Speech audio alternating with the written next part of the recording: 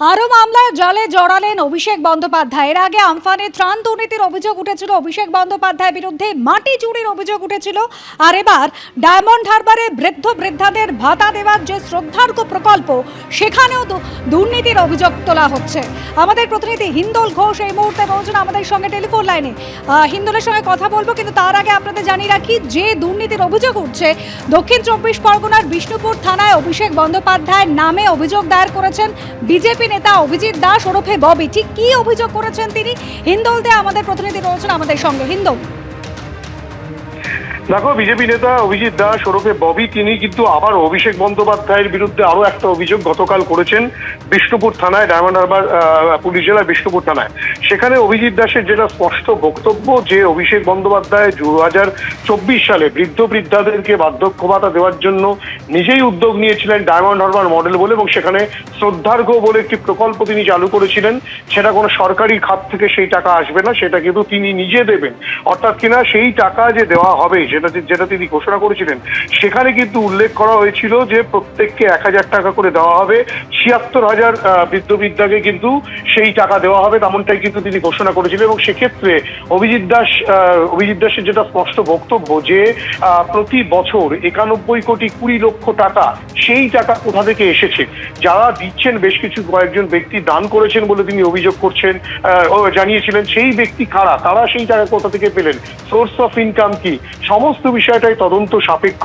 এবং যেখানে 91 কোটি 20 লক্ষ টাকা প্রতি বছর ব্যয় করা হবে, সেই টাকার উৎস কোথায়, অর্থাৎ কিনা সেখানেও কিন্তু একটা দুর্নীতির অভিযোগ তিনি তুলছেন। তার পাশাপাশি অভিষেক বন্দ্যোপাধ্যায় এমনটাও বলেছিলেন বলে অভিজিৎ দাস ববির অভিযোগ, যে তিনি বলেছিলেন দুয়ারে সরকারের থেকে তিনি তথ্য পেয়েছেন, সেই তথ্যের ভিত্তিতে 76,000 বৃদ্ধ বৃদ্ধার নাম তিনি পেয়েছেন। এবং সেখানে তিনি বলছেন যে সরকারি তথ্য তিনি কিভাবে জোগাড় করলেন একজন সাংসদ হিসাবে, সেই তথ্য তো তার হাতে আসার কথা নয়। এরকম নানাবিধ অভিযোগ রয়েছে। মূলত শ্রদ্ধার্ঘ্য বলে যে প্রকল্প অভিষেক বন্দ্যোপাধ্যায় নিজে থেকে শুরু করেছিলেন, সেই টাকার উৎস কি, সেই বিষয়টা নিয়ে তদন্ত করা হোক, সেই কারণে তিনি বিষ্ণুপুর থানায় অভিযোগ জানিয়েছেন। এবং পুলিশ সুপারকেও কিন্তু একই রকম ভাবে জানিয়েছেন, ডায়মন্ড হারবার পুলিশ সুপারকে। এবং তারা যেটা আরো আবেদন করছেন, যেন ডায়মন্ড হারবার পুলিশ জেলার পক্ষ থেকে এনফোর্সমেন্ট ডাইরেক্টরে যারা তদন্তকারী আধিকারিক রয়েছেন, তাদেরকেও গোটা বিষয়টি জানানো হয়, এবং ইনকাম ট্যাক্স ডিপার্টমেন্টকেও গোটা বিষয়টি জানানো হয়। সেই দাবিও কিন্তু অভিজিৎ দাস তিনি কিন্তু করেছেন, এবং গতকাল সেই অভিযোগ হয়েছে। এখনো পর্যন্ত এফআইআর এ কি ধারায় মামলা করছে, সেটা পুলিশের তরফ থেকে স্পষ্টভাবে জানা যাচ্ছে না। ধন্যবাদ হিন্দু।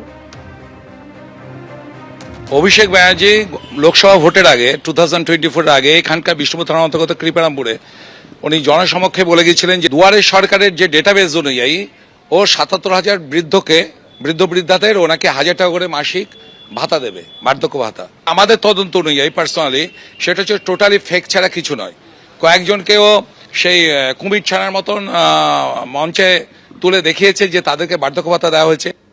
2024-এ নিজে ডায়মন্ড হারবার লোকসভা কেন্দ্রে বার্ধক্য ভাতা দেওয়ার কর্মসূচি শুরু করেছিলেন অভিষেক বন্দ্যোপাধ্যায়। 76,120 জনকে বার্ধক্য ভাতা দেওয়ার কর্মসূচি শুরু করেন তিনি। কিন্তু এই বিপুল পরিমাণ টাকার উৎস কি?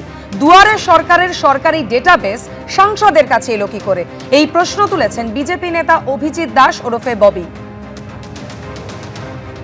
ও যেটা বলেছিল যে 6,320 জন নাকি ওর ডোনার রয়েছে, ওর যারা রাজনৈতিক ভলেন্টিয়ার, তারা নাকি টাকাটাকে ডোনেশন করেছে। তাদের প্যান কার্ড, তাদের নাম, তাদের কন্ট্যাক্ট নাম্বার, তাদের অ্যাড্রেস, এগুলো তো দরকার আছে। এগুলোকে ব্ল্যাক মানি কিনা, কারণ 5 বছরের সাংসদ হিসাবে প্রতি বছর যদিও 91 কোটি টাকা করে দেয়, 91 কোটি 20 লক্ষ, তা নিয়ার অ্যাবাউট 460 কোটি টাকা ওকে দিতে হবে 5 বছরে। এই টাকার উৎসটা কোথায়? যে উনি যে ভোটের আগে এটাকে ঢপবাজি দিলেন কিনা, ডায়মন্ড হারবার পুলিশ ডিস্ট্রিক্ট থেকে যে তদন্ত হবে ওরাই এটাকে জানাবে, এবং ইনকাম ট্যাক্স ডিপার্টমেন্টকে জানাবে। এছাড়া আইটি অ্যাক্টও পড়বে, কারণ উনি মঞ্চে দাঁড়িয়ে বলেছিলেন দুয়ারে সরকারের ডেটাবেস ওর কাছে রয়েছে। তা দুয়ারে সরকারি ডেটাবেস একজন এমপি কি করে পায়?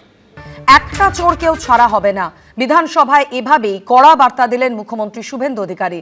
টেনে আনলেন 100 দিনের কাজ, আবাস দুর্নীতি, লক্ষ্মীর ভাণ্ডারে দুর্নীতির কথা। মুখ্যমন্ত্রী আরো জানালেন, দুর্নীতিতে অভিযুক্তদের সম্পত্তি বাজেয়াপ্ত করতেও নতুন আইন আনবে সরকার। একটা চোরকে ছাড়া হবে না,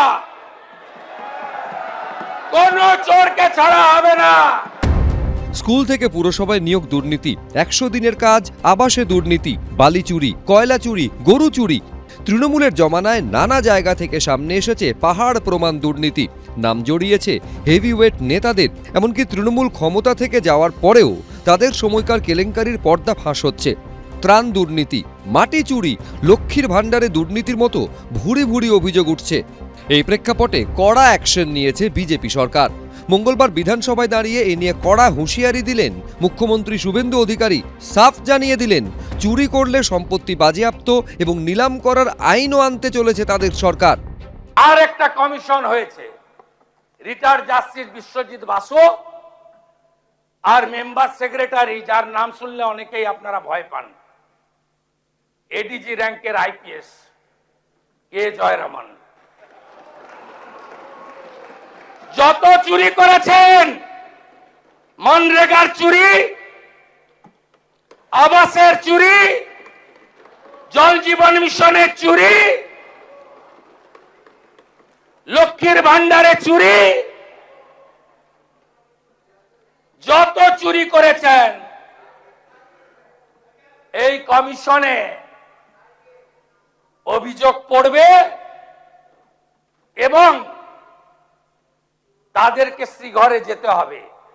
আর আগামী এই সেশনের শেষ দিনে যে আইন আসছে, সেই আইনে সম্পত্তি বাজেয়াপ্ত করে অকশন করার কাজ এই সরকার করবে। সরকারি কাজে কোনো দুর্নীতি থাকে তাহলে সম্পত্তি অ্যাটাচ করার কথা বলা হচ্ছে। এটা নিশ্চিতভাবে আপাত দৃষ্টিতে ইতিবাচক, কিন্তু সেটার কোনোভাবে কোনো অপপ্রয়োগ বা অপব্যবহার যাতে না হয় সেটা নিশ্চয়ই দেখতে হবে, যেটার প্রতিহিংসা পরায়ণভাবে কাউকে সর্বশান্ত করতে একটা অভিযোগ লাগিয়ে দিয়ে এগুলো করা হলো কিনা, সেগুলো পরবর্তীকালে নিশ্চয়ই আমরা মুখ্যমন্ত্রীর সঙ্গে কথা বলবো।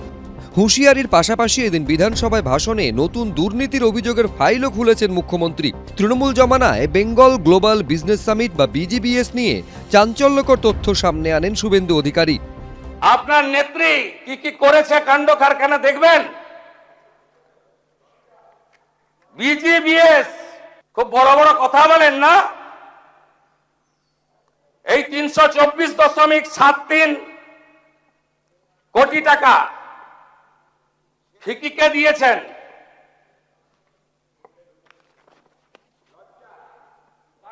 দেখবেন প্রাক্তন মুখ্যমন্ত্রী মমতা ব্যানার্জি 324 কোটি, এ তো হিমশৈলের চূড়া মাত্র। আপনি এটা করতে পারেন? আপনি পারেন দিতে? যে সই জালিয়াতি নিয়ে রাজ্য রাজনীতি এখন উত্তাল, সেই প্রসঙ্গ ফের টেনে আনেন মুখ্যমন্ত্রী। আপনাদের এমএলএরা অভিযোগ করেছেন, যার মধ্যে 3 জন অন রেকর্ড সিআইডি কে বলেছেন যে সইগুলো আমাদের। এরপরে আপনি বলছেন সিআইডি পাঠাবেন না। দুর্নীতিমুক্ত রাজ্য গড়ার প্রতিশ্রুতি দিয়ে মানুষের ভোট পেয়েছে বিজেপি। এখন বিজেপি সরকারের থেকেও দুর্নীতির বিরুদ্ধে কড়া পদক্ষেপ দেখতে চাইছে রাজ্যবাসী। আশাবুল হোসেন, কৃষ্ণেন্দু অধিকারী, উজ্জ্বল মুখোপাধ্যায়, এবিপি আনন্দ। এবিপি আনন্দ, এগিয়ে থাকে, এগিয়ে রাখে।